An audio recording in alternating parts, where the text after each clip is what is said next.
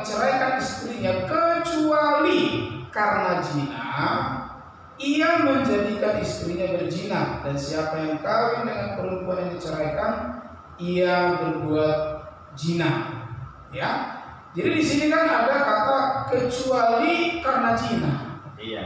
Ya. Ini harus jelas ini. Iya. Nah. Jadi begini, perlu kita menggali dari makna etimologinya atau akar kata ya. Iya. Kata kecuali karena zina ini sebetulnya begini konteksnya. Pada waktu itu kan Yesus sedang dicobai. Iya. Dicobai oleh orang Farisi di konteks itu, dan bertanya tentang masalah pernikahan pada waktu itu. Lalu ketika dikatakan apakah bisa menceraikan istri, Yesus berkata tidak bisa, karena pada mulanya Allah berkata, ya, seorang laki-laki harus meninggalkan ayah dan ibunya dan bersatu dengan istrinya menjadi satu daging. Iya. Ya, satu daging di sini, ya, kita kan kadang hanya membahas jinahnya, tapi satu dagingnya tidak dipahami. Iya. Ya, saya gali sedikit, saudara. Kalau dalam terjemahan bahasa aslinya itu adalah dabak, ya, di bahasa Ibraninya, bahasa asli Alkitab. Dabak, ya. Artinya menjadi satu daging. Menjadi satu daging. Satu daging. Iya. Ya. Satu daging ini digambarkan di dalam perjanjian baru itu satu kuk, ya, itu. Satu kuk, iya. Ya, satu kuk, ya. Artinya satu bentuk pola kehidupan yang sudah menempel. Iya. Ya, itu sebetulnya satu di sana. Menyatu. Iya, menempel. Iya. Ya. Makanya kita boleh mengatakan sebetulnya pernikahan kekristenan itu adalah satu ikatan yang tidak terputuskan apapun.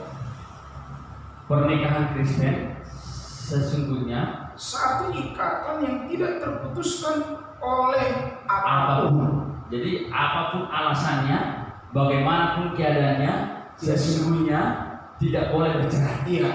Lalu kita kembali ke ayat yang tadi, kecuali karena zina. Iya. Sebetulnya kata zina di sana, ya, itu kata aslinya itu adalah porneia. Porneia. Porneia, ya. Ya. Porneia. Porneia ini sebetulnya adalah satu bentuk kehidupan nikah rumah tangga yang tidak sesuai dengan konsep Alkitab. Iya. Ya. Contohnya begini, porneia ini. Jadi bukan porneia ini bukan contohnya istri saya selingkuh, Iya. bukan porneia ini. Iya. Ya. Karena Yesus juga mengangkat di situ sebetulnya sebelum ayat itu keluar dikatakan seorang laki-laki akan meninggalkan ayah dan ibunya dan bersatu dengan istrinya. Iya. Lalu orang Farisi berkata, oh kalau begitu berat sekali pernikahan itu. Iya. Lalu Yesus berkata bahwa apa yang dipersatukan oleh Tuhan tidak boleh diceraikan oleh manusia. Iya. Nah, sekarang kita masuk kepada konsep kehidupan sekarang. Yang dipersatukan di dalam Tuhan adalah satu pernikahan yang kudus. Iya. Gitu ya. Jadi sekarang ini contohnya ada istilah kumpul kebo. Iya. Ya kan? Ini bukan pernikahan yang dipersatukan di dalam Tuhan. Betul. Ya. Ini adalah satu bentuk pernikahan di luar daripada struktur, ya, struktur tatanan Tuhan. Jadi ini yang ditentang Yesus. Juga misalnya ini karena tadi Bukebo yang seperti dinikahkan secara adat. Ya, Ya kan? ya. Di beberapa suku daerah masih ada seperti itu. Ya. Pernikahan secara adat. Ya. Ini bukan pernikahan yang dipersatukan di dalam Tuhan. Betul. Makanya saya selalu berkata, ketika seseorang diberkati di gereja, maka pernikahannya itu sah. Bahkan hukum negara pun mengakui itu. Iya. Ya, karena memang alur atau hierarki pernikahan itu dari gereja dulu. Inilah yang dikatakan oleh Yesus sebetulnya. Ya. Satu bentuk pernikahan yang tidak sesuai dengan tatanan-tatanan daripada kebenaran firman. Atau bisa nggak seperti ini, Pastor ya? Bapak Ibu boleh ikut terus acara kita ini menarik kalau menarik. Nah, karena tadi dari kata porneia, ya. Nah, kalau konteks kita sekarang ini, misalnya yang kumpul kebo dipisahkan, ya kan, itu bisa. Kemudian kalau dia nikah secara adat itu juga bisa. Nah, bagaimana kalau misalnya jangan-jangan seperti ini, Pastor? Ada kan kasus Yusuf dan Maria bertunangan, ya kan? Tapi Yusuf berkata dia diam-diam mau menceraikan, padahal belum mereka diberkati. Apakah maksudnya itu seperti itu? Ketika dari kata porneia, gimana? Jadi begini sebetulnya. Makanya kalau kita mempelajari pernikahan dari Alkitab, kita harus sesuai dengan konteks Yahudi zaman dulu. Di dalam kehidupan budaya Yahudi pada waktu itu, sebelum menikah ada namanya pertunangan. Satu bentuk ikatan, tapi belum bisa bersetubuh. Makanya Maria itu adalah, selalu Alkitab berbahasa perawan Maria. Seperti itu. Dan kasus seperti ini, ketika terjadi sesuatu masih bisa.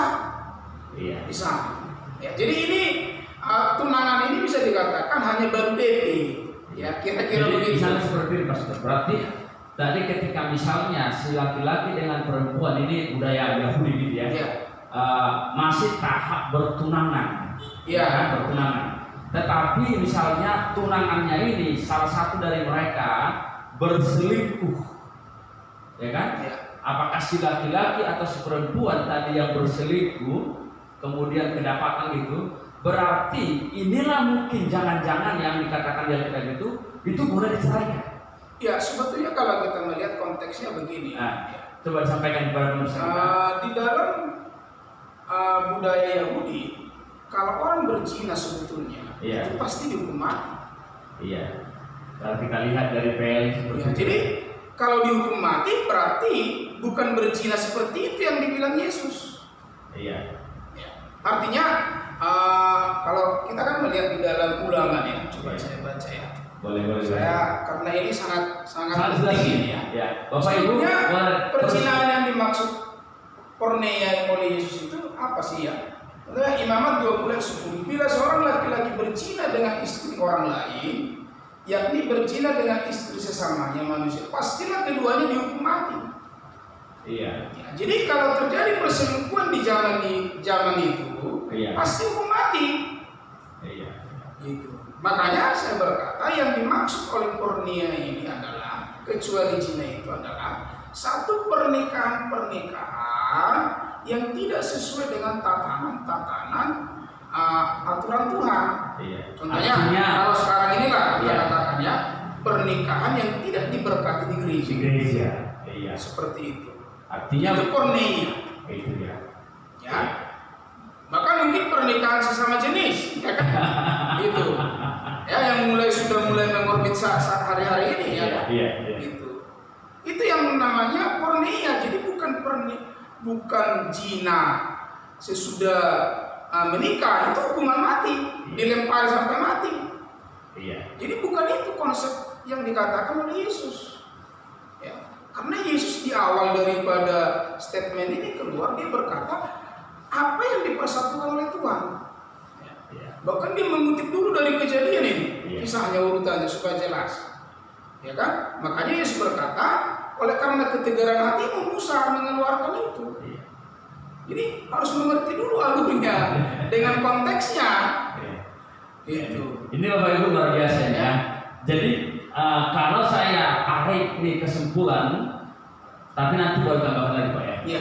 Kalau saya lihat dari pembahasan Pastor Hatosan ini, dari pertanyaan kita ataupun topik kita, benarkah orang Kristen bisa bercerai? Sesungguhnya tidak bisa. Tidak diperkenankan. Ya kan? Tidak bisa. Apabila sudah menerima pemberkatan nikah yang sesuai dengan tatanan yang dibuat oleh Tuhan. Ya kan?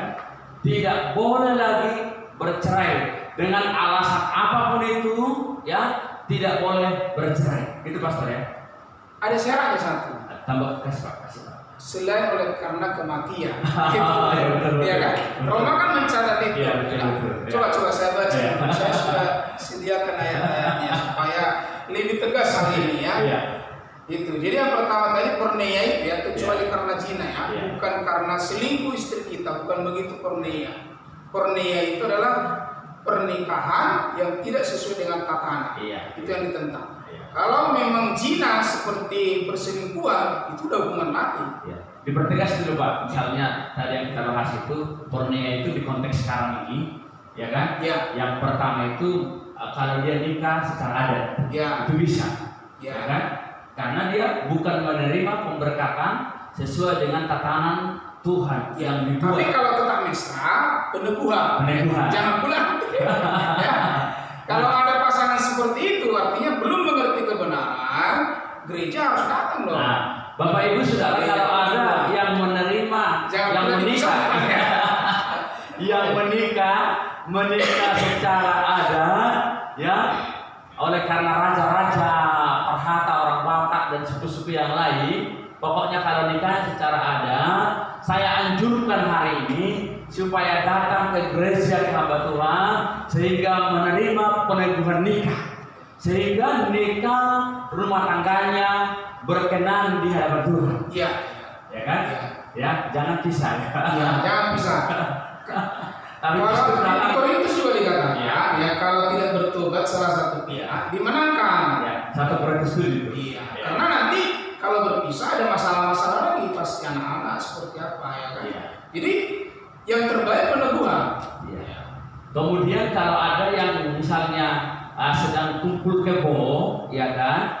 Nah, kemudian kalau memang kedua pasangan ini betul-betul sudah serasi, sudah mau untuk hidup semati seumur hidupnya, saya anjurkan datang ke hamba Tuhan. Supaya apa? Supaya engkau menerima pemberkatan peneguhan nikah, maksud saya, dari gereja ataupun dari hamba Tuhan. Karena apa? Karena kalau kumpul kebo itu tidak berkenan di hadapan Tuhan, ya kan? Nah, kalau mungkin dalam konteks mungkin yang bisa kita pahami secara gamblang, ya, kalau seperti konteks di budaya Yahudi.